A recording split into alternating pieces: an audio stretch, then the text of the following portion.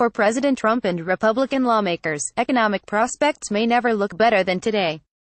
The economy is poised for what most analysts expect to be the best performance in years, a rare moment of synchronized global growth that has been lifting U.S. manufacturing and demand at home. Mere anticipation of the Republican tax plan, which won final approval on Wednesday, has given a Trump bump to stock prices and business confidence. At Law Times Graphics, unemployment is at its lowest level since December 2000. If we can't sell this to the American people, we ought to go into another line of work, Senate Majority Leader Mitch McConnell of Kentucky told reporters early Wednesday morning after the tax bill passed his chamber.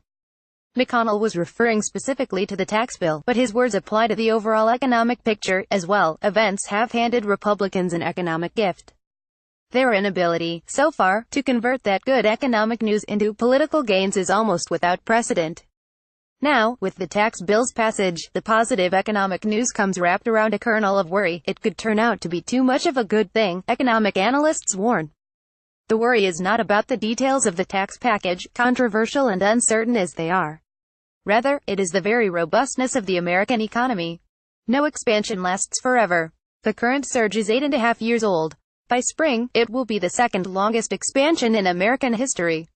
With the tax cuts, U.S.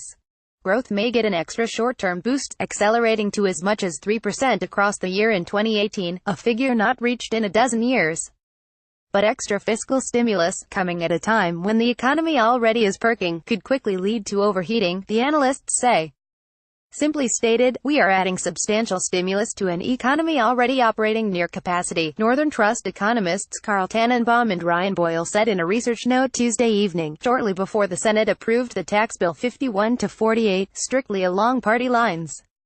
Mark Zondi, chief economist at Moody's Analytics, issued a similar caution. The poor timing of these tax cuts, which are financed largely by increasing the federal deficit, washes out most of the benefits, he said. As labor markets tighten, many employers will increasingly struggle to find workers, putting upward pressure on wages. That, in turn, could lead to faster inflation, higher interest rates and a tightening of the business cycle, pushing the country toward a recession. So, Trump and GOP lawmakers may want to enjoy the moment while it lasts. Most of what makes the current economy so strong is a matter of inheritance. Aside from recoveries in Europe, Japan and even Russia and Brazil, the U.S.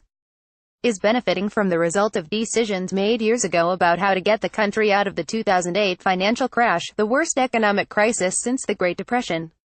Most experts say that quick government action in late 2008 and early 2009 staved off immediate disaster and saved major industries and tens of thousands of jobs. Creative but careful monetary policy in the following years led to a slow but steady recovery. The results of those efforts would have been inherited by any president, Republican or Democrat. The question now is, what next?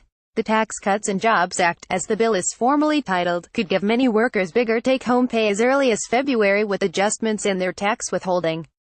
The biggest benefits, however, will be reaped by wealthier Americans, and unlike the tax bill's corporate cuts, the changes to the individual tax code are temporary.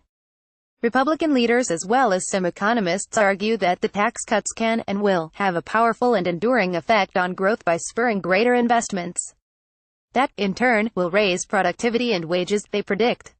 Many independent economists say that will be a big challenge in an economy already at or near employment. Corporations already have had no shortage of cash to invest, they note, and the jobless rate at 4% is close to the minimum that most economists think a healthy economy can sustain. It's also hard to know how much further stocks can keep climbing. Even before Trump took office, the broad S&P index has climbed another 20% this year. The central banks have given the markets over the last few years could be taken away should fiscal stimulus boost inflation pressure, said Jack Ablin, chief investment officer at BMO Wealth Management in Chicago. Moreover, the tax cuts are widely expected to add substantially to federal debt. That will put upward pressure on interest rates and hamper private investment as more savings are diverted to buying government bonds. For the immediate future, however, things look about as rosy as they can be. Christmas spending is shaping up to be strong. Low unemployment and the prospect of lower taxes should bolster wages and consumer spending next year. Household and corporate balance sheets look solid. Barring any major shocks to the economy, such as rapidly higher interest rates or a trade war with China, most experts predict U.S. growth will perform above potential next year. It's what happens after that which has some economists worried.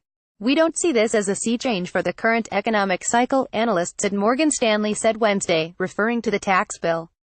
The fiscal impulse should fade and growth slow across the second half of 2019. Follow me at Delilah Times 9:55 a.m. This article was updated with final passage of the tax bill.